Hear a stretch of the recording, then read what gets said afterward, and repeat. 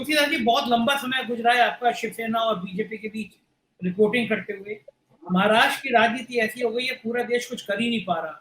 अग्निवीर, अग्निपथ सब गायब हो गए, केवल महाराष्ट्र शिवसेना चलता रहता है। बीजेपी को बड़ा सूट भी कर रहा है, कम से कम सरकार भी बन रही है और चैनलों से राम यादव जी की पार्टी को मुक्ति मिल गई है कि कम से कम अग्निवीर और अग्निपथ दिखाई नहीं दे रहे हैं कहीं पे भी, वरना बड़ी मुसीबत थी। क्या लग रहा है तुलसीदास जी, जो महासंग्राम चल रहा है इसमें शिंदे जी को फायदा होगा या नुकसान होगा? क्योंकि अभी तक की सरकार में शिंदे की बहुत बड़ी हैसियत थी। क्या उतनी ही हैसियत अब बीजेपी के साथ जाने में बनी रहेगी या शिंदे को नुकसान होगा?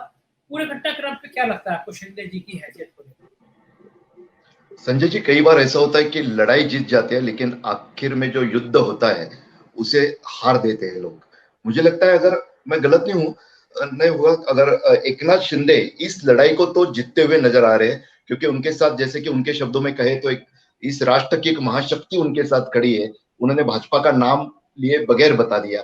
जैसे राकेश जी ने कहा, आपने भी अपने ओपनिंग इसमें कहा कि कुछ चीजें ऐसे जिसके बारे में हम कह नहीं सकते, लेकिन कई बार ऐसा होता है कि प्रभाव तो सब दिखाई देता है।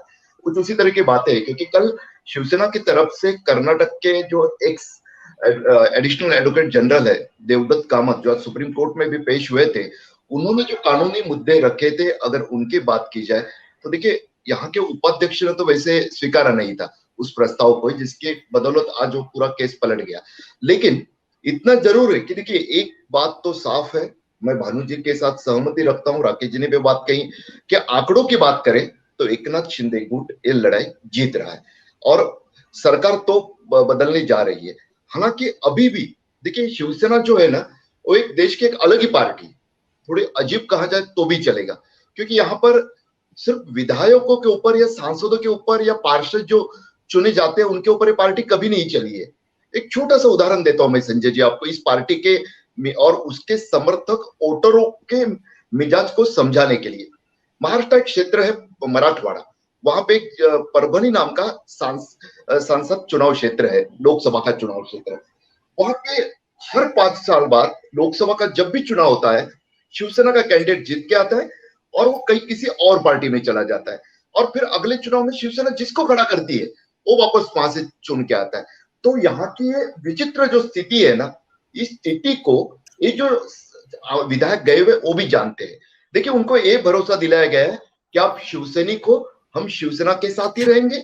उनको ये भरोसा जो दिलाया गया, और कानून में जो दर्ज है, हालांकि वापस वही बात आती है महाशक्ति वाली, अगर वो बात बीच में कोई चमत्कार नहीं कराती है तो एकनाथ शिंदे गुट को कहीं ना कहीं तो विलीन होना है, एक तो भाजपा के साथ, या फिर 2 विधायक वाली एक पार्टी के विधायक उनके साथ है जो राज्य मंत्री थे बच्चू कडू, उनके प्रहार के साथ भाजपा के साथ जाना, इनमें से कई विधायकों के लिए घाटे का सौदा होगा 2.5 साल बाद जब चुनाव होगा विधानसभा का, तब के लिए।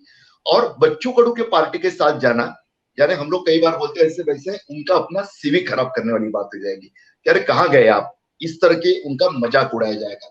तो उनका अभी जो वहां पे मीटिंग उनकी चल रही है सुप्रीम कोर्ट के जजमेंट के बाद, क्योंकि उनको वापस भी तो लौटना है ना मुंबई, क्योंकि विधायक के लिए, खासकर ग्रामीण तबके से जो विधायक आते हैं उनके लिए मुश्किल है ये एडमिशन के भी दिन है। देखिए, बहुत छोटा मुद्दा लगता है हम पत्रकारों को ये, लेकिन विधायक जो ग्रामीण अंचलों से चुनकर आते हैं, वहां पर जो लोग अब मतदाताओं को नहीं मिलते, अपना लेटर नहीं देते, तो उनके लिए एक तरह से उनका अपना बड़ा राजनीतिक नुकसान है। उनको शिंदे ठाकरे से भी ज्यादा वो नुकसान की भी ज्यादा पड़ी हुई, लौटना चाह रहे हैं अभी।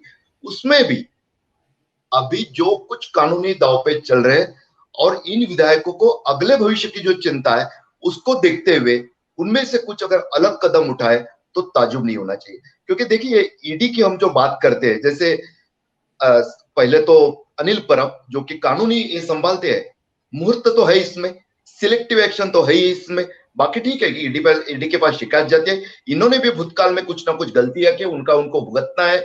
लेकिन संजय राउत अब उनके लिए कल का समन्स है।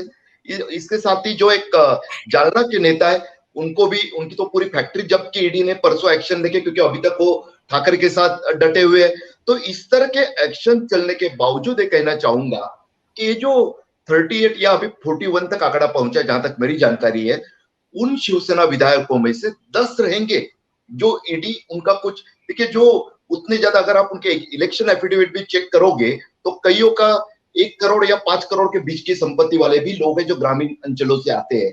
तो उनके बारे में ईडी उतना ये नहीं कर पाएगी, उनके लिए कुछ अलग किया हो। फिर भी चुनाव क्षेत्र में लौटना और बाद में चुन के आना, ये भी उनके लिए चैलेंजिंग है। इसके लिए अलग अलग तरह के जो पैतरे बीजेपी की तरफ से भी इस्तेमाल किए जाए। हो सकता है एकनाथ शिंदे ने ये मान के चले थे कि आगे जाके क्या होना है, उनको लगा था कि विधायक दल के साथ मेरा इस मुख्य पार्टी पे भी कब्जा हो जाएगा, भाजपा ने भी आश्वस्त किया होगा। लेकिन अब जो आगे की, अभी जैसे देवेंद्र फडणवीस के सागर बंगलो पे मुंबई में मीटिंग चल रही है उनके कोर कमेटी की, कि आगे क्या किया जाए, क्योंकि आगे कुछ तो करना ही है। तो उस स्थिति में ये विधायक लौट के आने के बाद उनको साथ में रखने के लिए क्या किया जाए। सुप्रीम कोर्ट में महाराष्ट्र सरकार ने आश्वस्त किया, सुरक्षा की गारंटी दी है, लेकिन हम अच्छी तरह से जानते हैं कि कई बार जब जन प्रक्षोभ का एक सैलाब उमड़ता है, उसका समर्थन नहीं करना चाहूंगा मैं पत्रकार होने के नाते कि वो जो हिंसा होती है या तोड़फोड़ होती है, लेकिन कई बार शिवसेना के मामले में देखा गया है कि इस तरह के आक्रामक तेवर का उन जो पार्टी छोड़ के जाते हैं या उस तरह की मंशा जताते हैं, उनको सामना करने की नौबत आती है। तो गए हैं तो खुशी से, एक विधायक, ग्रामीण तबके के जो विधायक, उनसे उनके शब्दों में क्या कहते हैं, क्या होटल है, क्या पहाड़ है, क्या नजारा है। लेकिन यहां आने के बाद जो नजारा होने वाला है वो भाजपा को भी मालूम है। हालांकि एक बात मैं जरूर कहना चाहूंगा, इस पूरे मामले में 2 पार्टियां ही सबसे बड़े फायदे में है। एक है भाजपा और दूसरी है राकापा।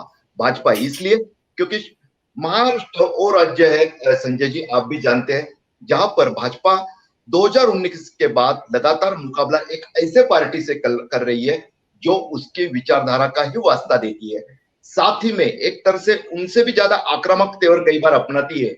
कश्मीर वाले पंडितों के मुद्दे पे भाजपा खामोश हो गई, तो यहां से शिवसेना ने काफी आक्रामक तेवर दिखाना शुरू किया था, अभी की बात है।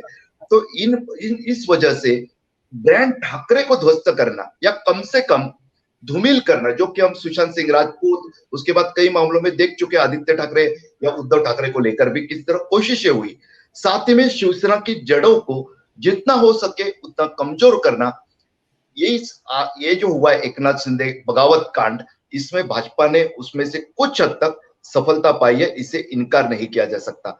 दूसरी बात राकापा की, राष्ट्रवादी कांग्रेस की, तो राष्ट्रवादी कांग्रेस भाजपा के जो पर्याय किस यहाँ महाराष्ट्र के पॉलिटिक्स में स्पेस है जो कि मोर देन 50% है, और परसेंटेज का अगर हिसाब करें हम तो उस स्पेस में राष्ट्रवादी कांग्रेस के लिए अब वो पहले नंबर 2 पे थी, शिवसेना नंबर 1 पे थी। इस पूरे घटनाक्रम के बाद राष्ट्रवादी कांग्रेस उनसे आगे निकल जाएगी और हर तरह से राष्ट्रवादी कांग्रेस फायदे में रहेगी। अगर सत्ता में रहती है, शिवसेना के विधायक कम रहते हैं, तो राष्ट्रवादी कांग्रेस फिर भी शरद पवार की जो राजनीति है, कांग्रेस के साथ रहते हुए जब उनके विधायक ज्यादा थे, कांग्रेस के कम थे, तो भी उन्होंने कांग्रेस को मौका दिया था मुख्यमंत्री बनने का। अब भी वो ऐसा दिखा के देखिए उद्धव ठाकरे के साथ खड़ा हो, वही सीएम रहेगी अगर मान के चलते हैं सरकार टिकती है तो। लेकिन और ज्यादा कंट्रोल अभी भी उनके पास ही ज्यादा कंट्रोल है, शरद पवार की पार्टी के पास रहेगा। अगर विपक्ष में जाते हैं तो जैसा मैंने कहा, एंटी बीजेपी सेगमेंट में उनका दल सबसे ज्यादा प्रभावी रहेगा और 2024 में उनको ज्यादा फायदा मिल सकता है। संजय जी। तुलसीदास जी, आपने वो सुप्रीम कोर्ट के शपथ पत्र की बात की कि सरकार ने कहा है एफिडेविट देके कि हम ध्यान रखेंगे, बात बिल्कुल ठीक है कि हिंसा का कोई समर्थन नहीं करता। ऐसी एफिडेविट उत्तर प्रदेश के लिए भी दिया गया था कि बाबरी मस्जिद सुरक्षित रहेगी। सरकार ने शपथ पत्र दिया था कि हम कुछ नहीं होने देंगे बाबरी मस्जिद को। बाद में सुप्रीम कोर्ट ने सजा भी दे दी थी, लेकिन मैं कामना करूंगा कि इस तरह की कोई बात ना हो। पवार साहब का सम्मान किसमें ज्यादा बचेगा सरकार चली गई तो, क्योंकि ये कहा जाता है कि पवार साहब जादूगर हैं।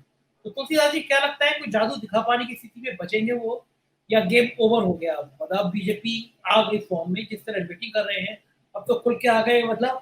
लेकिन बीजेपी ने बड़ी सफाई से गेम खेला तुलसीदास जी, एक हवाई जहाज बड़ोदरा में जाता है, दूसरा फिर वहां पे जाता है, मतलब तो हिंदी फिल्मों की पिक्चरों की तरह जैसे डॉन लोग मिलते हैं। इतना सब करने की क्या जरूरत थी?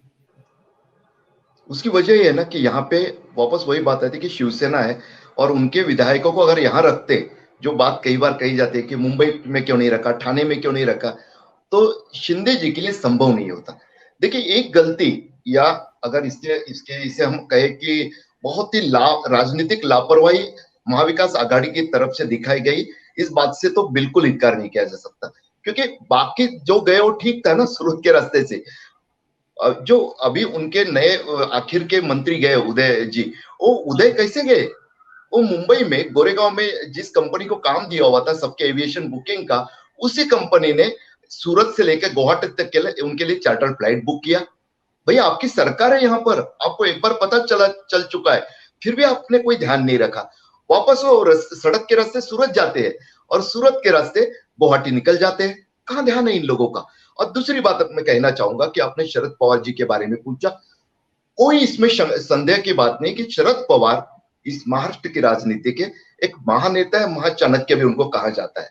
लेकिन कई बार मुझे ऐसा लगता है कि लार्जर देन लाइफ तो परसेप्शन नहीं बन जाता। जिस तरह साउथ के स्टारों को लेकर वहां पे एक परसेप्शन बना रहता है, इसे बड़े बड़े बिल्डिंग से भी बड़े कटआउट लगाए जाते हैं। क्योंकि देखिए, याद कीजिए आप, दिल्ली में शरद पवार की एक प्रेस कॉन्फ्रेंस हुई थी इस कांड की शुरुआत होते ही। उन्होंने बहुत ही हल्के में लिया, ऐसा दिखाया था। उन्होंने कहा था ये पूरा मामला शिवसेना का अंदरूनी मामला है। उस दौरान मैंने कुछ इसमें कहा था कि देखिए, यही महाविकास आघाड़ी का दुर्भाग्य ऐसा है कि यहाँ पे चाणक्य है हर पार्टी के पास। क्योंकि महाविकास आघाड़ी के गठन के बाद संजय जी आपको याद होगा, संजय राउत के समर्थक भी उनको चाणक्य कहने लगे थे कि यही चाणक्य है। उन्होंने पूरा सेटिंग की करके। लेकिन हर दल के पास अपने चाणक्य तो थे, लेकिन राज्यसभा चुनाव, विधान परिषद चुनाव, दोनों चुनाव के परिणामों ने दिखा दिया कि हर पार्टी के पास हो सकता है दावा करते हुए से चाणक्य हो, लेकिन महाविकास आघाड़ी को संकट मोचक के तौर पे बाहर निकालने वाला कोई एक महाचाणक्य पूरे तीनों दलों को मिलाकर इस महाविकास आघाड़ी गठबंधन के पास बिल्कुल नहीं है, इस साबित हो गया। देखिए, शरद पवार जी पिक्चर में आए कब आए? जब उनके भतीजे जो 23 नवंबर 2019 को तड़के सुबह देवेंद्र फडणवीस के साथ शपथ ग्रहण का एक पूरा झटका दे चुके थे, वो अजित पवार का एक बयान आया। उन्होंने कहा कि मुझे नहीं लगता कि इस पूरे राजनीतिक बगावत कांड के पीछे भाजपा है। उनके इस बयान ने पूरी सनसनी बचा दी। राष्ट्रवादी कांग्रेस के बारे में लोग संदेह से देखने लगे। क्योंकि देखिए, ये पूरा जो कांड हुआ ना, 20 विधायकों का पहले एकनाथ शिंदे के पास जाना, महाराष्ट्र पुलिस के संरक्षण में गुजरात बॉर्डर तक जाना, और गृह विभाग जो कि दिलीप वलसे पाटिल शरद पवार के खासम खास है, उस पार्टी के पास होने के बावजूद किसी को कुछ पता नहीं चला। जरा एक पचना काफी मुश्किल लगता है, इस बात को स्वीकारना काफी असहज लगता है, लेकिन ठीक है। उसके बाद शरद पवार एक्टिव हुए। अगर शरद पवार डे 1 से एक्टिव हो जाते, नरहरि झिरवल कब एक्टिव हो गए? विधानसभा के उपाध्यक्ष जब शरद पवार एक्टिव हो गए, वो खुलकर बोले।